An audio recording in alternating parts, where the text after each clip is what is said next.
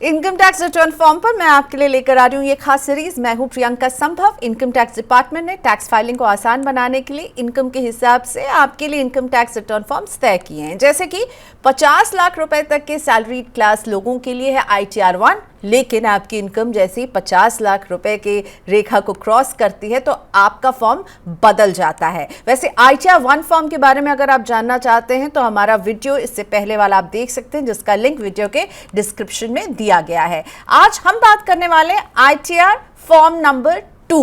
ये फॉर्म किसके लिए है, किसके लिए नहीं है, इसे भरते वक्त किन बातों का आपको ख्याल रखना है, कौन सी इनकम को ये कवर करेगा, ये जानिए। मेरे साथ जुड़ रहे हैं chartered accountant Vinod Rawal sir. Vinod sir, welcome to money 9 ITR 1 आपने बड़े अच्छे से समझाया। आज हम बात करने वाले हैं ITR 2 की। तो बताइए कि कौन एलिजिबल होता है ITR 2 फॉर्म भरने के लिए, किस टैक्स पेयर को ITR 2 में अपना रिटर्न फाइल करना है। जी नमस्कार, थैंक यू आपका। आपने ITR 1 पे बड़ा अच्छा किया। अब हम ITR 2 पे आ गए हैं। ITR 1 में हमने बताया था कि उनके लिए एप्लीकेबल है जिनकी आय 50 लाख रुपए तक है, एग्रीकल्चर इनकम 5,000 रुपए है और एक घर। अब हम उससे एक स्टेप आगे जा रहे हैं कि हमारी आय 50 लाख रुपए से ज्यादा है, एक से ज्यादा घर है मेरे पास, और मुझे कैपिटल गेन से भी इनकम होती है, और उसके साथ साथ मेरे पास फॉरेन एसेट्स भी हैं, फॉरेन इनकम भी है, और मैं कहीं सिग्नेटरी भी हूं। जो रिस्ट्रिक्शंस ITR 1 में लगाई गई थी वो यहां पर उनको हटाकर उनको ये वाला फॉर्म दे दिया गया।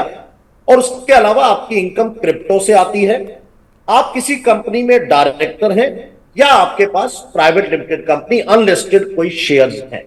अगर आप इनमें से किसी में भी फॉल करते हैं तो आपको ITR 2 भरना होगा। ये लिस्ट को जरा ध्यान से एक बार समझ लीजिएगा। अगर इनमें से आप किसी एक में भी आते हैं तो आप ITR 1 का इस्तेमाल नहीं कर सकते, आपको ITR 2 में जाना होगा। तो आप इसके लिए ITR 2 चूज कीजिए। ये बिल्कुल ITR 2 की एलिजिबल कंडीशन। ओके, सो जो लोग ITR 1 नहीं भर सकते हैं उसमें ये ध्यान रखना है कि भैया आप अगर नहीं भरते हैं ITR 1 तो आप ITR 2 में आ सकते हैं, पर कंडीशन क्या है वो विनोद सर ने बता दी है। आपकी जो सैलरी इनकम है वो 50 लाख से ज़्यादा होनी चाहिए, आपके एक से ज़्यादा अगर प्रॉपर्टी है, आपके पास कैपिटल गेन्स हो रहा है, फॉरेन एसेट हैं, आप डायरेक्टर हैं किसी कंपनी में, तो ITR 2। और कौन ITR 2 फॉर्म नहीं फाइल कर सकता है, आपने क्या देखा कहां पर लोग गड़बड़ी कर जाते हैं और ITR 2 में भर देते हैं, तो ये भी बता दीजिए। देखिए, आप ITR 1 और ITR 2 ये दोनों जो फॉर्म्स हैं मेनली सैलरीड क्लास के लिए हैं, जो सैलरी से इनकम कमाते हैं या रेंटल इनकम से, मतलब दो इनकम के हेड जो हैं इसके अंदर कवर किए गए। लेकिन जैसे ही आप बिजनेस या प्रोफेशन से इनकम कमाना शुरू कर देते हैं तो ये फॉर्म आपके लिए नहीं है। आपको ITR 3 या ITR 4 में से चूज करना होगा। तो अगर आप बिजनेस या प्रोफेशन से इनकम कमाते हैं तो ITR 2 आपके लिए नहीं है, या आप ये फॉर्म नहीं भर सकते, आप इसको छोड़ दीजिए। इसमें वो कॉलम्स भी नहीं दिए गए। ओके, सो बिजनेस और प्रोफेशन से अगर कमाई हो रही है तो ITR 2 आपके लिए नहीं है। ITR 3 या 4 होगा तो हम इस सीरीज के अगले वीडियो में ITR 3 और ITR 4 भी डिस्कस करने वाले हैं। अभी हम ITR 2 से स्टिक करते हैं, और मैं ये आपसे जानना चाहूंगी कि क्या पिछले असेसमेंट ईयर के मुकाबले इस साल ITR 2 में कुछ चेंजेस हैं क्या विनोद सर? देखिए, ITR 2 में चेंजेस जो किए गए वो सैलरी से रिलेटेड अगर हम बात करें तो दो चीजों में, एक तो डिफॉल्ट, मैंने बताया था कि डिफॉल्ट रिजीम अब न्यू है, न्यू डिफॉल्ट है, और उसके साथ साथ आपको अग्निपथ स्कीम के जो बेनिफिट्स हैं, ACCH जो आपको मिलता है वो आपको ITR 2 में मिलेगा, और ये मेजर चेंजेस ITR 2 के अंदर भी वही है। तो इनका बेनिफिट आपको ध्यान रखना होगा उनको भरते वक्त। बाकी सब चीजें 3 और 4 में जाकर के यूज होंगी। मेजरली दो चेंजेस है जो असेसमेंट ईयर 2024-25 से लागू हो गई है, मतलब इस बार का रिटर्न भरते हुए आपको ध्यान रखने की आवश्यकता है। तो आप ध्यान रखिए कि आप ये इस चीज का। तो ITR 2 उतना सहज भी नहीं है, बहुत सारी इंफॉर्मेशन हमको देनी है। इसमें कैपिटल गेन्स के बारे में बताना है, फॉरेन एसेट्स के बारे में बताना है। तो इसमें जब हम ये भरें तो फिर किस तरह के डॉक्यूमेंट्स हमें तैयार रखने होंगे जिसको हमें बार बार रेफर करना होगा?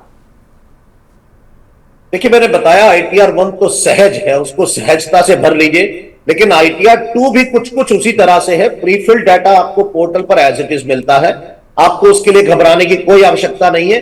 लेकिन क्योंकि इसमें ज्यादा हेड्स कवर किए गए हैं, इसमें एक से ज्यादा घर हैं, तो आपको उसको मेंटेन करना है। उसके अलावा आपको टैक्स रिजीम, अगर आप ओल्ड चूज करते हैं तो जितने भी आप डिडक्शन या एग्जम्पशंस क्लेम करने जा रहे हैं उनको आप डॉक्यूमेंट्री एविडेंस के साथ सपोर्ट करना होगा।